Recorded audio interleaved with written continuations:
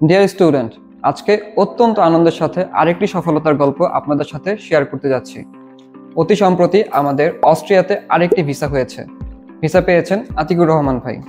সবার আগে ভাইকে অভিনন্দন জানাচ্ছি লেসনোর পক্ষ থেকে। Thank you so much. So how was the journey?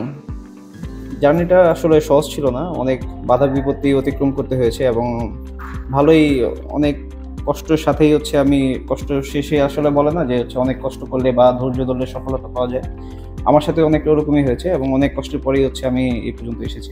আসলে অস্ট্রিয়ার জার্নিটা তো অনেক লম্বা, লিগালাইজেশন right. থেকে শুরু করে অন্যান্য অনেক প্রসিডিউর অনেক লম্বা। তো এই সময়টুকুর মধ্যে আপনার কেমন লেগেছে? আসলে আপনার কি কোনো টেনশন ছিল বা অন্য কোনো কিছু ছিল যে ভিসা হবে কি হবে না, এই ধরনের কোনো কিছু কি ছিল?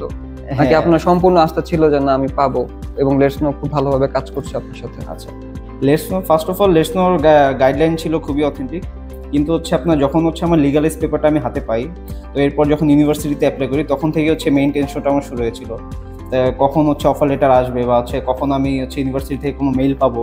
তো প্রায় আপনার 3-4 মাস আমার ওয়েট করা লেগেছে তাদের আপনার একটা রেসপন্স পাওয়ার জন্য, এবং তাদের আপনার রেসপন্সটা পাঠায় তারা মেইল কুরিয়ারের মাধ্যমে, মানে ডিরেক্ট হার্ড কপিটা পাঠায়। তো যার কারণে আরও বেশি টেনশন হচ্ছিল যে কি কুরিয়ার ঠিক মতো আসবে কিনা, পার্সেলটা পাবো কিনা।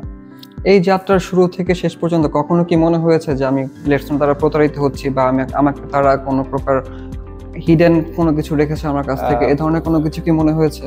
না, এখন পর্যন্ত টু বি ফ্র্যাঙ্ক আমি এখন পর্যন্ত এরকম কোনো ভাইব পাইনি আপনাদের থেকে।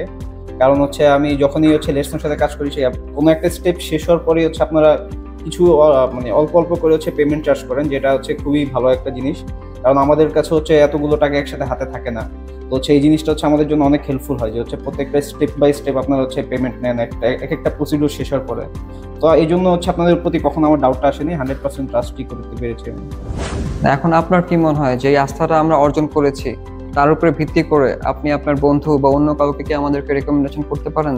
অবশ্যই, আমার থেকে যদি কেউ কখনো রিকমেন্ডেশন চায় যে ভাই কোথা থেকে অ্যাপ্লাই করবো, আমি তো কিছু বুঝতে পারছি না, অবশ্যই আমি আপনাদের অর্গানাইজেশনের কথাই আমি সবার আগে বলবো। ইভেন আমার ফ্রেন্ডও একটাও আপনাদের সাথে কাজ করার জন্য আগ্রহী অনেক। তো ভাই আপনার ফ্লাইট কবে? আপনি কবে যাচ্ছেন অস্ট্রিয়াতে, ভিয়েনাতে কবে যাচ্ছেন?